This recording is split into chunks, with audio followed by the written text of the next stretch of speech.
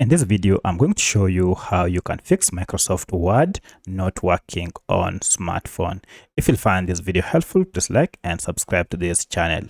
So if you're trying to use your Microsoft Word document on your smartphone, but the app can't open or it keeps on crashing or it is too slow, then follow these steps to fix the problem.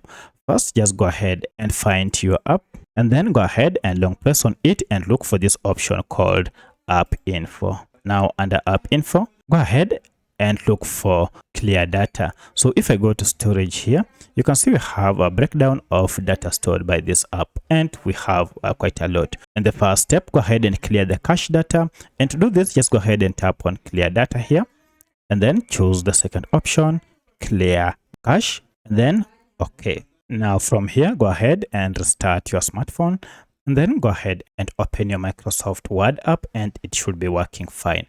However, if you still find any challenge, then come back again here to the app info page. And this time around, go ahead and tap on clear data again and clear all data. At this time, now your app should be okay. However, if you're still experiencing any challenge, then you need to go ahead and look for any update for this app if it is available in your Google Play Store if you're on Android, or App Store if you're on iPhone. I'll go to Google Play Store and then search for Microsoft Word. And here's my Microsoft Word. Go ahead and tap on it and find out if we have an update here. One of the reasons why your app might be malfunctioning is because you're using an outdated version of the app that might be prone to bugs or it is not supported. So you need to go ahead and update this to the latest version. And from here, go ahead and tap on open to start using your Microsoft Word document app.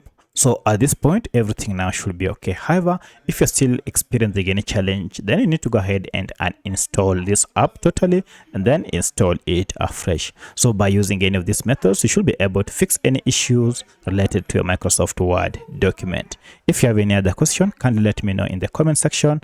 Otherwise, thanks for watching and let's meet in the next video.